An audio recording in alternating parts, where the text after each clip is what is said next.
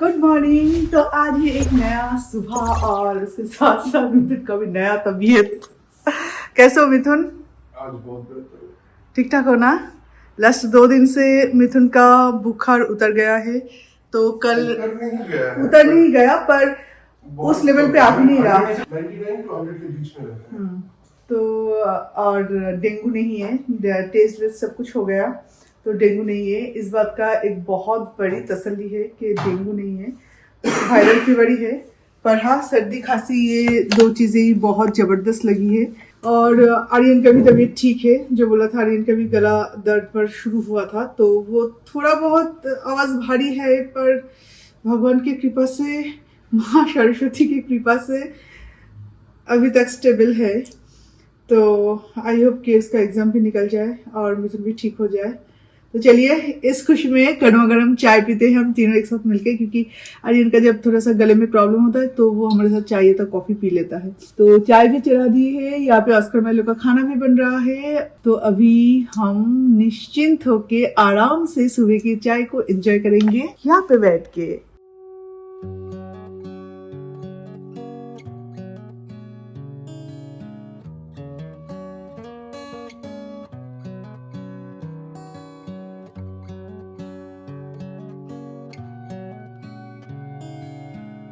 आज बाहर का वेदर इतना अच्छा था ना, इतना अच्छा हवा आ रही है।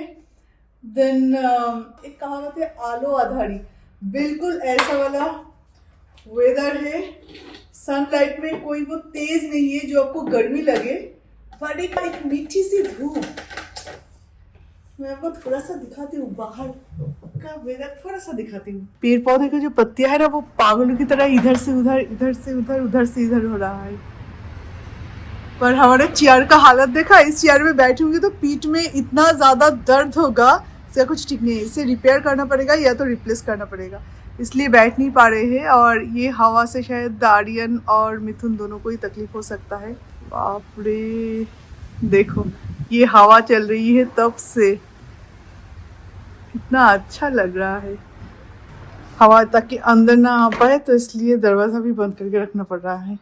चीयर्स, चीयर्स करने की तो जरूरत ही नहीं है। चीयर्स, सब एक साथ मिलके जब चाय पीते हैं, चाहे चाय क्यों ना हो, पर चीयर्स करना बहुत जरूरी होता है। लास्ट 2-3 दिन से अकेले अकेले चाय पिए, 1 कप चाय बना घर पे। आज एकदम से 3 कप। इधर आ जाओ दोनों। गोदू বাচ্চা, আমার গোদু বাচ্চা, আমার একটা বড় বুড়ো বাচ্চা। No biscuit for you guys. বিয়ার পোলার বিয়ার, এটা তো পোলার বিয়ার। No Yes, biscuit. ব্ল্যাক পোলার বিয়ার। আচ্ছা, বিস্কিটের বদলে তোমাদের আমি অন্য কিছু দেবো, চলবে? বিস্কিট খায় না, তোমার দুজনের ডাইজেশনের প্রবলেম হয়। बिस्किट ना, ऑनो किसी नो बिस्किट। इनका तबीयत खराब था, तो इसलिए हम फिश शॉपिंग करने तो नहीं जा पाए, तो थोड़ा बहुत कुछ मंगवा लिया है घर पे ही। कतला फिश, ये है फिश कटलेट, ये बहुत टेस्टी होता है इन लोगों का फिश कटलेट। और कुछ एक मंगवाई थी, हाँ ये तो फ्री में मिला, ग्रैनीज मसाला फ्राइड चिकन, ये फ्री में मिला। और ये है चिकन सॉसेजेस, मीट लोफ, तो सैंडविच के लिए। और ये है कड़ी मीन, जो कि बहुत दिनों बाद हम लोग खाने वाले कड़ी मीन, आज ही शायद बनाऊंगी। ये एक्चुअली केरला का एक फेमस फिश है। बहुत पहले हम लोग लाते थे, पर बहुत दिनों से नहीं लाए, तो इस बार जब देखा तो लगा कि चलो हर वीक वो एक ही टाइप के फिश तो हम खाते हैं, तो इस बार थोड़ा सा नया कुछ ट्राई किया जाए। ये बहुत टेस्टी होता है, बिल्कुल तेलापिया फिश की तरह दिखता है, पर टेस्ट तो बहुत बढ़िया है इसका। और कहा जाता है कि सुबह सुबह अगर फिश का फेस देखो ना, तो दिन अच्छा जाता है। कातला का तो आप नहीं देख पाएंगे, तो कड़ी मीन का ही दिखा रही हूँ। ये बहुत टेस्टी बनता है, बहुत अच्छे से इसका स्किन आउट भी करके दिया है, सॉरी।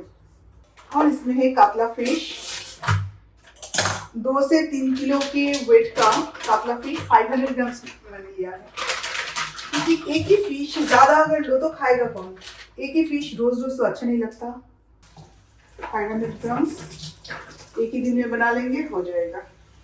ये रहा पंपकिन, और इसे मैं राइस के साथ बॉईल करूंगी।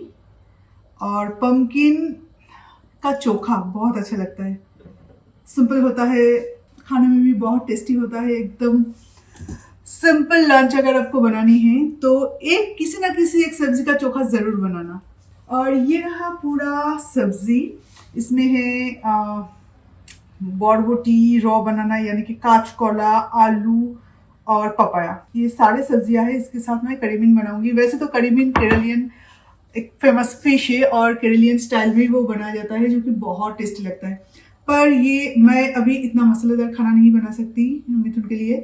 तो तेलापिया फिश जिस तरह से बनाते हैं ना, कभी कभार मसाले के साथ भी हम तेलापिया झाल भी बनाते हैं और तेलापिया वेजिटेबल्स के साथ भी बनाते हैं, जो कि वो भी ठीक ठाक नहीं, मतलब बहुत ही ठीक ठाक लगता है। तो कलौंजी के साथ मैं सोच रही हूँ कि ऐसा ही कुछ रेसिपी बनाऊँ करी मीन का। एक्चुअली कौन सा फिश किस तरह से बनाया जाता है, ये जो लोकल जगह है ना, जहाँ का फिश है, जहाँ पे बहुत फेमस है, उस जगह से वो रेसिपी सीखना चाहिए। पर हमेशा ऐसा नहीं होता, क्योंकि सुविधा के हिसाब से भी आपको बनाना पड़ता है। जैसे करी मीन का अगर मैं मसालेदार करी बनाती ना तो ये बहुत टेस्टी होता, पर नहीं हो पाया। This is a good day as any to start the rebuilding of life. The roads that lay open. खुशबू कितना अच्छा आ रहा है। ऐसे रेसिपीज में बहुत सिंपल होता है, हेल्दी होता है, बट टेस्टी भी उतना ही होता है। ऑयल की ज़रूरत कम पड़ती है, सो दैट ये हेल्दी भी होता है। थोड़ा पानी हमें ज़्यादा डालना पड़ेगा, बिकॉज ये जो सारी सब्जियां हैं ये भी बॉयल होना है, अच्छे से टेंडर होना है ये सारी सब्जियां। सॉल्ट थोड़ा सा चेक करना पड़ेगा। शुगर वैसे तो ज़रूरत नहीं है, पर थोड़ा सा शुगर ना हर एक रेसिपी में मैं डालती हूँ, चाहे जो भी हो। इसमें पता नहीं क्यों मुझे लगता है कि टेस्ट बैलेंस होता है। थोड़ा सा जस्ट नाम के वास्ते थोड़ा सा आप डाल दो। पर इतना सब्जियां ना, प्रॉब्लम ये है कि कढ़ाई में आता नहीं है। इसके बाद फिश के लिए और जगह नहीं बचता, वो भी 3 फिश, और फिश के अंदर भी ग्रेवी, ये जो झोल है ये जाना है। कैसे जाए, ऐसे कर दे। इसका जो स्टीम है ना, इसमें फिश जितना बॉयल हो सके हो, क्योंकि पूरी तरह से कवर करना तो पॉसिबल नहीं होता, ऐसे ही होता रहे। तो आज है सैटरडे 31 जैन। आज हमारा एनिवर्सरी पार्टी होने वाला था। सारे मेन्यू वगैरह सब कुछ ठीक हो चुका है। मेरा तो साड़ी आपने देखा है, और मिथुन का आउटफिट आपको नहीं दिखाई, पर मैंने सोचा था कि पार्टी के दिन आप देखेंगे। मेरे साड़ी के साथ मैचिंग एक धोती एंड कुर्ता, बट बहुत सुंदर है, मैं आपको दिखाऊंगी। सारी चीजें तय हो चुका था, बस हमने फूड ऑर्डर नहीं किया था, किसी रेस्टोरेंट को ऑर्डर नहीं दिया था, इतना ही बाकी था। बाकी सारी चीजें हो चुका था, पर सब कुछ कैंसिल करना पड़ा। अभी बुखार ठीक ठाक है, मतलब ठीक हो चुका है, पर पूरी तरह से नहीं। और वायरल जबकि है तो लोगों को बुला के उनको भी वो कॉन्टेजियस है ना, तो उनको भी मैं बीमार नहीं करना चाहती, तो इसलिए फिलहाल तो रहने देते हैं। उसके बाद देखते हैं, उसके बाद ना ऐसा कुछ खास प्लानिंग नहीं है, क्योंकि अगर कोई ओकेशन जैसे कि 18 जनवरी हमारा एनिवर्सरी है, एक्चुअल एनिवर्सरी, कितने दिन बाद आप कर सकते हो, वो क्रेज नहीं रहता, वो एनर्जी नहीं रहता। तो पता नहीं इस बार करूंगी कि नहीं करूंगी। पर और इसके बाद आर्यन का एग्जाम शुरू 2 तारीख से, 2 फरवरी से 13 फरवरी तक आर्यन का एग्जाम चलेगा। तब तक तो मैं कुछ नहीं कर सकती ऑब्वियसली। तो पता नहीं इस साल करूंगी कि नहीं। हर साल तो एनिवर्सरी एक पार्टी तो होता है घर पे, अच्छे से बहुत शौक से करती हूँ। फेरो रोशर इतने बड़े बड़े 2 डब्बे 2 दिन में मैंने इतना स्ट्रेस था, इतना टेंशन था। गोपाल को मैं जो पूजा के टाइम पे रोज चॉकलेट देती हूँ डेयरी मिल्क का, वो फ्रिज में भरा भरा रहता है। रोज प्रसाद देती हूँ, तो रोज इतना कौन खाएगा, वो साढ़े आधा मैंने खत्म कर दिया। 2 बड़े बड़े फेरो रोशर का जो डब्बा है वो, हाँ आर्यन ने भी खाया कुछ, पर जो इंसान गुड़ से भी चॉकलेट को हाथ नहीं लगाता, वो आज इतने सारे चॉकलेट्स ये 2-3 दिन में खा लिए। इतना ज्यादा स्ट्रेस था। चॉकलेट मैं तभी खाती हूँ जब थोड़ा सा टेंशन होती है। शौक से शायद साल में 1-2 बार खाती हूँ। ये मेरा ब्लाउज साड़ी के साथ, क्योंकि मैं हमेशा रेडीमेड ब्लाउज ही पहनना पसंद करती हूँ। सूता से लिया है, कल आया था। मिथुन का कुर्ता बहुत सुंदर है, इसके साथ सेट धोती, किसी ना किसी ओकेशन में पहन लेंगे। ऑप्शन तो कुछ ना कुछ होता ही रहता है। बहुत सुंदर है। सुबह एक बार नहा लिया था, क्योंकि मैं सुबह सुबह नहा लेती हूँ, पर हेयर वॉश नहीं किया था, तो मुझे हेयर वॉश करवा ली। अभी ना मेरे सांस फूल रहा है, क्योंकि वायरल अगर एक बार घर पे किसी का होता है तो और भी एक दो का तो ज़रूर होता है। वही वाला फीलिंग्स हो रहा है। बिना वजह सांस फूल रहा है, लोअर पोर्शन इतना ज़्यादा पेन हो रहा है जैसे कि मैं बैठी रहूँ, सोई रहूँ, ऐसा कुछ फील हो रहा है। अभी झटपट से लंच करना है और लंच के बाद मुझे पैरासिटामोल लेना है। पर भगवान से की प्रार्थना है कि आर्यन का एग्ज़ाम निकल जाए, जल्दी से जल्दी एग्ज़ाम निकल जाए। but harmony when the old one's gone under the knife and I can feel the sun. Good evening. तो एक डोलो लेने के बाद तबीयत अभी थोड़ा सा ठीक ठाक हो रहा है, और अभी 9 बजे लेना है, उससे पहले नहीं ले सकती, क्योंकि 6 आवर्स का डिस्टेंस रहना चाहिए। और ये हमारा मनी प्लांट भी देखिए कितना बड़ा हो गया है, इसे अभी ऐसे उठाना है। और ये जो कांटे आप देख रहे हो ना, ये जो तार, तो इसमें चढ़ाना है, इसे लेके जाना है उस कॉर्नर पे, और इसे इसके ऊपर। मिथुन का तबीयत खराब, अभी मेरा भी थोड़ा थोड़ा हो रहा है, तो अभी कौन करेगा, ये बहुत ज़्यादा भारी है। थोड़ा सा नेट डाल के रखते हैं।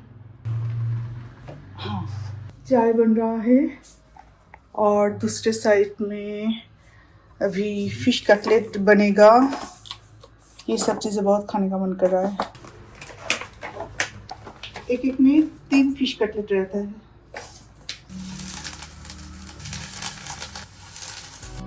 On my skin, beginning to thaw from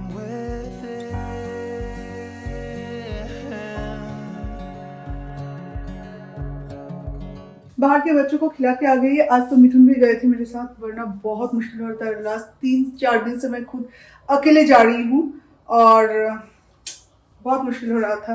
किसे खिलाओ किसे ना खिलाओ कुछ ठीक नहीं है। जो खा रहा है वो बार बार खा रहा है, और जिसे नहीं मिल रहा है उसे बिल्कुल नहीं मिल रहा है। तो अभी मैं पराठे बनाऊंगी। आज का डिनर होगा पराठे, ट्रायंगल पराठा और एग ऑमलेट।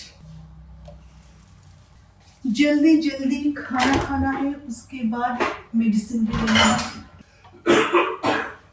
अरे खांसी ना रात को ज्यादा होता है, मैंने देखा है, रात को सबसे ज्यादा होता है। ये बहुत बुरी बात है, इंसान को सोने नहीं देता।